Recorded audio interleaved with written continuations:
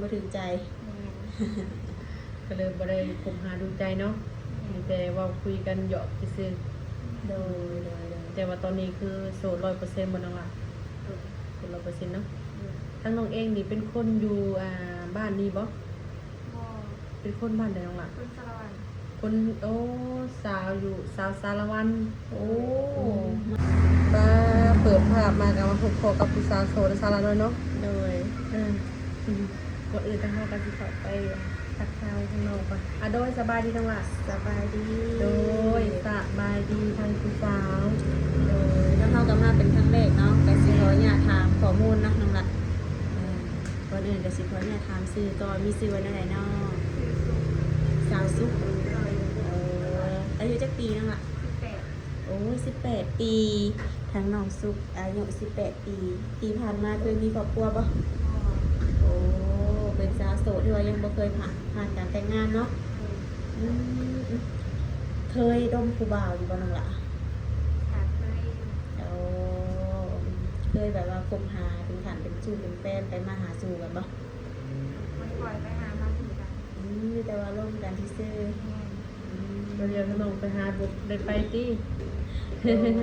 เป็นโสดมานี่จักปีแล้วนั่นล่ะปีปลายเลยปีปลายแล้วเนาะ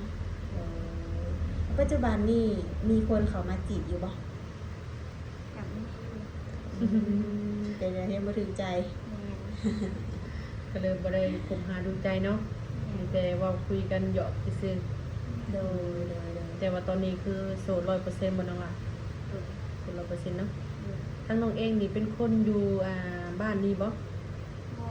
เป็นคนบ้านใดน้องล่ะคนสารวัตรคนโอ้สาวอยู่สาวสารวันโอ้มาไกลเนาะแม่นแบบมาพักอาศัยอยู่พี่เลยบ่น้องล่ะมาเฮ็ดเวียกอยู่พี่มาเฮ็ดเวียกก็คือเฮ็ดเสริมสวยบ่น้องล่ะโอ้ทางหลังมาเฮ็ดอยู่ในนี่จักเดือนแล้วยังบ่ทันฮอดเดือนประมาณจักทิศมันอาทิตย์ปลายโอ้แสดงว่าหากันมาเนาะโดยออกมาเปิดใจในมื้อนี้อยากลงผู้บ่าวทางไหนเนาะผู้บ่าวฟังลาวฟังไทยต่างประเทศลงได้บ่ทั้งน้องล่ะอยากถามคือเนาะแบบทั้งครอบครัวญาติพี่น้องของเจ้าหั่นนะมีจักคนน้องล่ะพี่น้องเขาบอกแม่น3 คน3 คนจะเป็นลูกสาวหลาบ่สาวกลางโอ้พ่อแม่ยังเบิดบ่น้องล่ะยังโอ้แต่เพิ่นก็เฮ็ดให้เฮ็ดนาคือกันนี่บ่แล้วคิดแนวใดคือว่าอยากมาเฮ็ดงานอยู่พี่ทางคุณบ่มีงานบ่หรือว่าทางน้องก็มักเฮ็ดเสริมสวยแน่แต่ว่าอยู่นี่น่ะเป็นยังแน่น้องล่ะได้หลายสิ่งหลายอย่างอยู่แล้วหลายสิ่งหลายอย่างอยู่เนาะเฮาก็คอยเรียนไปเนาะไอ้เสียจะไม่ทราบว่าดึงหูสวยมาอยู่นี่เจ้านายเขาบ่ได้ให้ติยันว่าอย่าดึงหูบ่เนาะแล้วก็ได้ดีอยู่เนาะเลยกินข้าวน้ำเพิ่นบ่เพิ่นเฮ็ดหยังให้กินมื้อนี้อย่าบอกให้พาไปหาคุกระโปรงบ่ดีกลางคืนไปมาหากันเขียดบ่ว่าดักเนาะทำไมก็ว่าเฮาพาลูกน้องไปหากินเลยกินข้าวนำโดยก็คือว่าน้องทางนังหละก็คือตั้งใจมาเฮ็ดเสริมสวยอยู่นี่เนาะเพื่อมาถ้าเป็นคักแน่แล้วนี่สิกลับเมื่อเฮ็ดเสริมสวยอยู่บ้านบ่ความคิดกับว่านี่นั่นมีแล้วบ่ห่านเป็นของตัวเองยังอยู่เนาะก็อยู่นำเพิ่นก่อนเป็นแล้วก็หาเงินได้แล้วก็จะบ่เฮ็ดเนาะเด้อบ่ได้คิดฮอดบ้านบ่น้องล่ะบ่พออยู่เนาะเนี่ยมันอยู่นี่ก็คือบ้านเฮาไปเองคือว่าแหละอยู่ใส่กับพ่ออยู่เนาะมีคนฮักเพลงเฮาอยู่ใส่กับพ่ออยู่แบบนี้หั่นน่ะเนาะอย่าดำมือดำนาเขาหันใจดีเด้เจ้าของหันใจดีก็เลย บ่ได้อยากคิดจังเมื่อเนาะ หมดว่า อืม ในเจ้าของงานเสร็จถึงกันเก็บไว้วันนี้วันอื่น เนาะโอ้พออยู่ใส่ก็พออยู่ว่าคือว่าได้เนาะอืม ที่สมือดีใส่ไปวันนี้ ซอยทางหลังนี่ก็แล้วเด้เออก็คือว่าน้องหลานสมมุติว่าคือทางนมๆเพิ่นเนาะน้องสาระเนาะเพิ่นเห็นคลิปแบบนี้นะน้องหล่ะแต่เพิ่นอยากมาจีบบ่โอลมบ่แบบนี้แต่ว่าเพิ่นค่อนข้างอายุหลายแบบนี้หันนะทางเจ้าก็สิสามารถโอลมกับเพิ่นได้บ่ ได้ ได้เพราะว่าหรือว่าน้องต้องมาแบบว่าอยากได้อายุซ้ำใดบ่แบบแต่ต้องมีจำกัดอยู่บ่แบบต้องการอายุแบบซ้ำนั้นซ้ำนี้แบบนี้หันนะ จำกัดอายุ บ่จำกัดอายุ จำกัดอายุ บางเทื่อเขาจำกัดไปแล้วเนาะอายุซ้ำนี้บางเทื่อเขาบ่ได้ตรงที่เฮาเว้าเนาะ เลย เขาจะหาสิไป60แบบซี่นะมันก็เป็นไปบ่ได้เนาะมันคือมักรุ่นใหญ่ใส่แบบนี้นะน้องว่าเนาะ เลย เออถ้าเพิ่น สำคัญ และสมมุติว่าคือเพิ่นเนาะ อยากสักส่วนน้องไปอยู่นํแบบนี้นะก็ไปได้บ่หรือว่าต้องคุยกันก่อน ไม่อยากมาคุยกันก่อน ต้องคุยกันก่อนเนาะ เลย ในการที่เราสิไปอยู่กับใครหรือว่าคบหาก็ต้องเว้ากันก่อนเนาะ เนี่ย ให้เข้าใจกันว่าไปมาหาสู่ได้บ่แบบนี้เนาะทุกคนมันเกิดกันไปได้เนาะถ้าน้องหลานี่มีเอื้อยหรืออ้ายอยู่เพื่อน อ้าย มีอ้ายนั่นคนติดจับเจ้าเลยซะน้องผู้หญิงผู้ชาย ผู้ชาย ผู้ชาย เลย โอ้เจ้าลูกสาวเดียวที่นี่เนาะ เนี่ย อืมแต่ว่าทั้งแม่เพิ่นก็ยังแบบว่ายังแบบว่า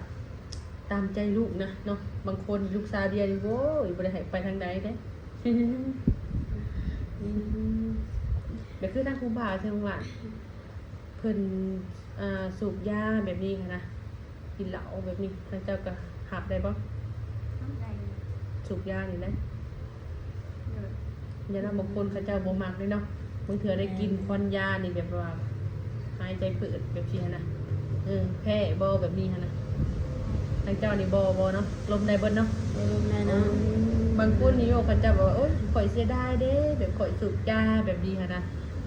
บ่สามารถสิลงกับเจ้าได้เพราะว่าเจ้าเฮาบ่มักคนสูบยาแบบนี้ค่ะนะทางเจ้านี่คือสามารถโอลมได้เนาะเดี๋ยว ในกรณีที่ว่าทางครูบาเพิ่นน้องหลักเคยมีครอบครัวแบบนี้มาก่อนนะเป็นเพราะห้างเข้ามาลูกติดแบบนี้น้องสีโอลมน้ำได้บ่ ได้ อยู่ ปะ เนาะ ในการที่เฮาถามแบบนี้นะซะแล้วเนาะเพราะมันมีประสบการณ์ตรงหลังมีเหตุการณ์ขึ้นมาแบบนี้ค่ะนะบางคนนี่เว้ามาแล้วว่าในการที่ผู้บ่าวมีลูกมีเต้าหรือว่ามีครอบครัวมาแล้วเนาะแล้วเพิ่นโสดแล้วเพิ่นยังมาจีบแล้วทั้งผู้สาวโสดทั้งน้องบ่เคยผ่านการแต่งงานแบบนี้ค่ะนะ แล้วพอเขาเจ้ามาหาแล้วเขาเจ้ามาเห็นตัวจริงแล้วบอกว่าข่อยบ่เอาคนที่เคยมีลูกมีเมียแบบนี้ค่ะนะคนเคยมีแบบ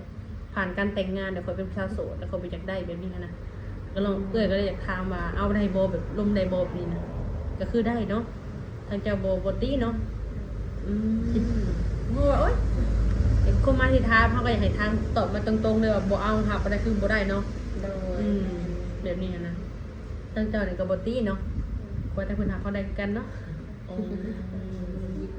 โดยก็ดีคือกันเนาะ ว่าจะแก้ว่าจะยิงใจแล้ว เนาะจะจริงใจเอาว่าจริงใจนี่ก็เอาเลยเนาะบ่ จริงใจดูแลได้เนาะ ใจนะ เนาะ โดยเคยลงไปเฮ็ดงานอยู่ไทยอยู่บ่ เคยไป โอ้เฮ็ดงานเท่าไรน้องล่ะ แล้วประทุมพันธ์ โอ้ เฮ็ดงานเกี่ยวกับหยัง ขายหมู ขายหมู เลย โอ้อยู่ในตลาดบ่ ทัวร์น้ำห้าง ป้าเป็นแม่ค้าขายหมูมาก่อนสวย ขอยคิดว่าเราสิบ่ได้ไปใช้จังเพราะเราแบบมานี่ก็เลยแบบว่าบ่ได้คิดเยอะบ่คิดฮอดบ้านนะก็มาเราเคยไปฝั่งไทยแล้วแบบนี้นะเป็นอะไรคือบ่อยากไปไทยอีกซะน้องล่ะ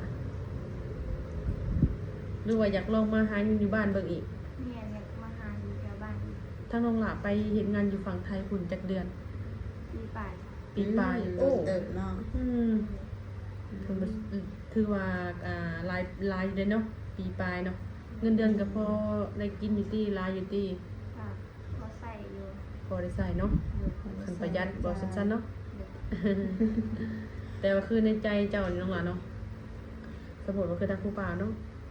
ของเพิ่นบ่เห็นแบบนี้นะเพิ่นแบบสนใจ ถ้าว่าฮักมักแบบเพิ่นอยากเสนอมาแบบอยากเฮ็ดหานเฮ็ดหยังให้นะให้เจ้าเอากับเพิ่นบ่เนาะสาระเนาะบางคนเพิ่นก็อยากได้แบบพอเห็นแล้วก็มักฮักเจ้าแบบนี้นะจริงจังกับเจ้าแบบนี้นะทางเจ้าก็สิสามารถแบบสละโสดได้บ่พร้อมสร้างครอบครัวแบบนี้นะพร้อมอยู่บ่น้องล่ะ ลองเบิ่งเนาะแล้วลองก็บ่ฮู้ได้เนาะเบิ่นเฮาต้องมีแหละน้องหลานเนาะคือจุดประสงค์ที่ว่าน้องหลานนี่มาเฮ็ดงาน หรือว่าไปเฮ็ดเวียกอยู่ไทยนี่นะมีความฝันเป็นของตัวเองบ่ มันอยากเฮ็ดหยังล่ะ เสริมสวย มักในทางนี้เนาะโอ้เสริมสวยเพิ่นว่า แม่น ผู้ดีแหละหุ่นห้อยเพิ่นก็เนาะเข้ากันอยู่เด้ จะเสริมสวยบ่ แม่นหน้าตาเด้ แม่นคนเฮาคือว่าเฮาแหละมักแบบใดเฮาก็ต้องอยากได้แบบนั้นมันก็เฮาก็สิเป็นง่ายแน่ฮะนะเนาะมักเสริมสวยไปขายอันเสือก็บ่ว่าดอกเนาะน้องหลานเนาะคือน้องกับผู้เจ้าผู้งามเนาะแบบผู้บ่าวสิเข้ามาจีบแบบนี้น้องหลักต้องจำกัดบ่หน้าตาผิวพรรณรูปร่างเพิ่นแบบนี้นะตัวตาบอดข้างหนึ่งก็เอาบ่ซะเอาเนาะเฮาก็ต้องทางเผื่อไว้เด้ เสมอกันเนาะ เอา มันก็สิบ่มีแล้วว่าเนาะนั่น เอาบางคนก็มีกันบางคนก็แบบว่าข่อยพิการแบบขอโทษขอญาตเนาะบางเทื่อว่าพิการตาข่อยแบบนี้หันนะแต่ข่อยอยากจะสามารถเบิ่งข่อยได้บ่รับข่อยได้บ่แบบนี้หันเด้เฮาก็ถามเผื่อไว้เนาะบางคนเขาจะ เว แบบ ลารูปแบบเนาะ แม่นโยบางคนก็โอ้ยข่อยบ่ล้มแหละข่อยเห็นอยู่เช้านี่ค่ะข่อยบ่กล้าล้มอยู่ว่าข่อยพิการแบบนี้หันน่ะก็บ่เป็นหยังหน่อยเนาะ เบิ่งทางนอกนี่บ่ทรงสิห้าเต็มเนาะมักผู้บ่าวแบบนิสัยแบบได้เสียน้องหลัก ใส่แบบ สเปค หายบ่ครอบครัวขี้หายบ่ เดี๋ยวคือตอบยากเดี๋ยว มักแบบใดมักผู้บ่าวใจดีเทคแคร์ดูแลจริงใจแบบนี้บ่รุ่นแบบว่าใจฮ้อน สเปคแล้วถามสเปคว่า ก็สเปคเนาะเอาง่ายๆซะเนาะก็อยากทุกคนเฮากับแบบว่าหน้าตาเนี่ยได้ก็ได้คอแต่แบบว่าใจน่ะจริงใจต่อเฮาหรือว่าฮักครอบครัวเฮาเนาะฮักพ่อแม่เฮาแบบนี้นะฮับได้ในครอบครัวเฮาอะไรเนาะเพิ่นดีกับเฮาแม่นบ่เฮาก็สามารถฮับคนได้แม่นบ่หน้าตาเพิ่นก็ยาหน้าตาเพิ่นสิเป็นจังได๋ขอแต่ฮักเฮาฮักแพงเฮาหั่นนะเบิ่งแยงเฮาได้แบบนี้หั่นเนาะบางเทื่อบางคนเนี่ยเนาะหน้าตาดี แต่ว่านิสัยบ่ดีกับมีคือกันเลยเป็นบ่ล่ะในการที่เฮาสิสร้างสรรค์กับคนหรือว่าสิคบหานี่เนาะต้องรักก็คือนิสัยต้องดีน้องหลานเนาะใจดีแบบนี้ค่ะนะ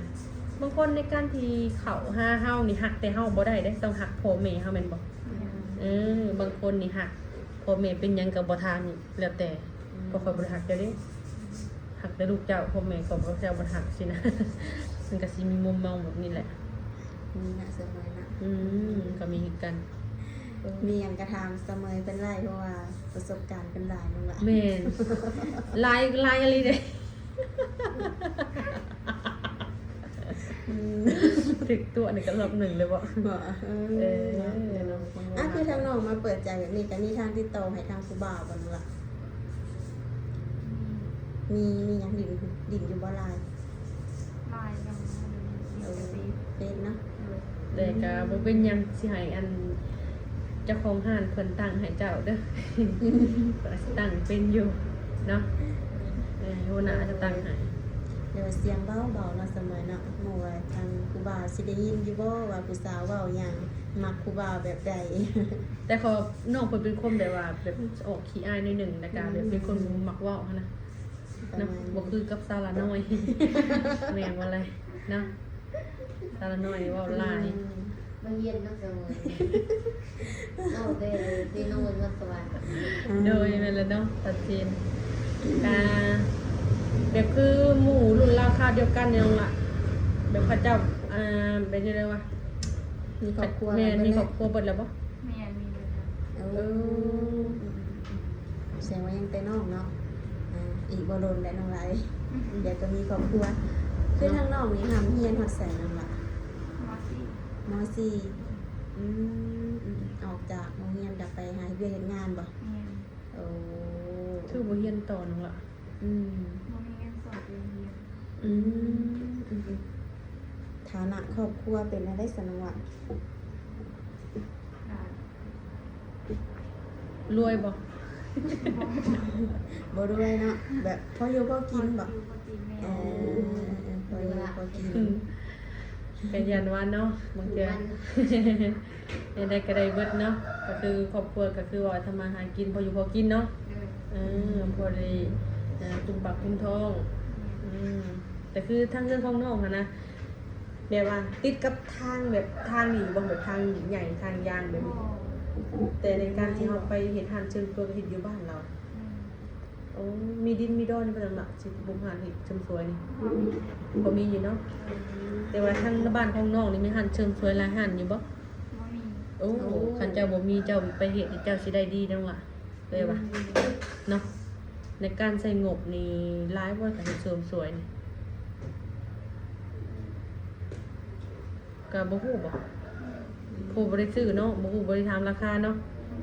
ถ้าว่างบในการสิเฮ็ดเสริมสวยทางออนไลน์บ่มันก็เฮาก็ค่อยไปแต่ละนิดแต่ละหน่อยเนาะคือหานสระผมนี่แหละ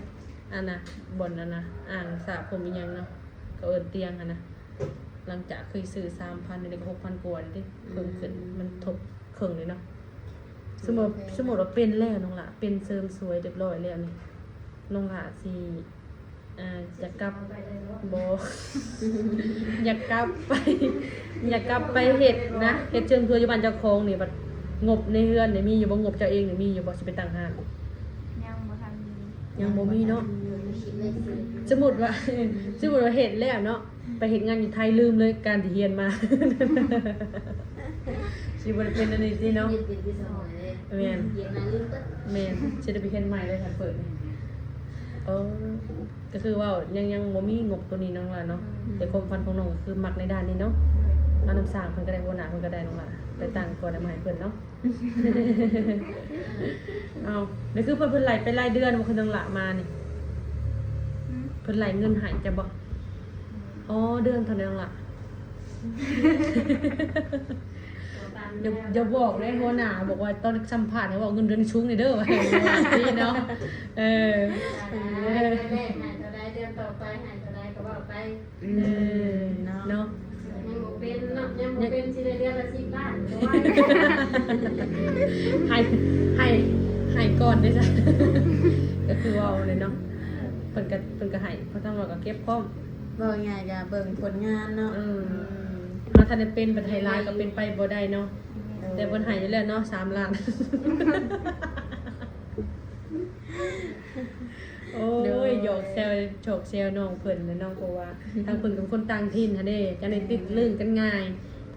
ถ้าบ่พาน้องเพิ่นหยอกรัวๆไปสิเงาง้อยเด้ในการสัมภาษณ์บ่ได้ถ้าว่าทางเสมอกับสารน้อยบ่ทำกันได้ตัวขออภัย FC เนาะ โดยจังได๋จะมีแต่ว่าให้ทางน้องกับพวกพ่อคนดีๆเนาะน้องละเข้ามาในชีวิตนั่นแหละ แม่น ดีบ่ดีก็ให้ทางน้องนี่ศึกษาเนาะน้องละเนาะ แม่น คนใดคิดว่าบ่แม่นก็คือตัดออกจากชีวิตคิดว่าคนนี้สามารถดูแลเฮาได้ครอบครัวเฮาได้เนาะก็ค่อยคบหาเป็นสู้เป็นแฟน แม่นเนาะคิดว่าคนใดจริงจังกับเฮาอะไรเนาะหักแพงเฮาหักแพงพ่อแม่เฮาอะไรน้องล่ะเนาะ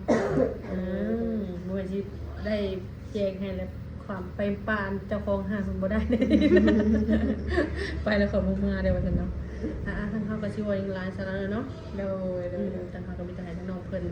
พบพ่อกับเนื้อคู่ว่าซั่นๆเนาะให้คนที่จริงจังเข้ามาเพิ่นเนาะโดยทางก็สิบ่อะไรอย่างห่างสิได้เอาทางเฟซน้องเพิ่นไปแจกนมๆซะเนาะถ้าหนุ่มได้สนใจก็ทักมาได้เด้อเนาะโดยทางคามันก็จะได้ไปก่อน จะเดินลาก่อนนะเด้อสบายดีเด้อน้องหล่ะ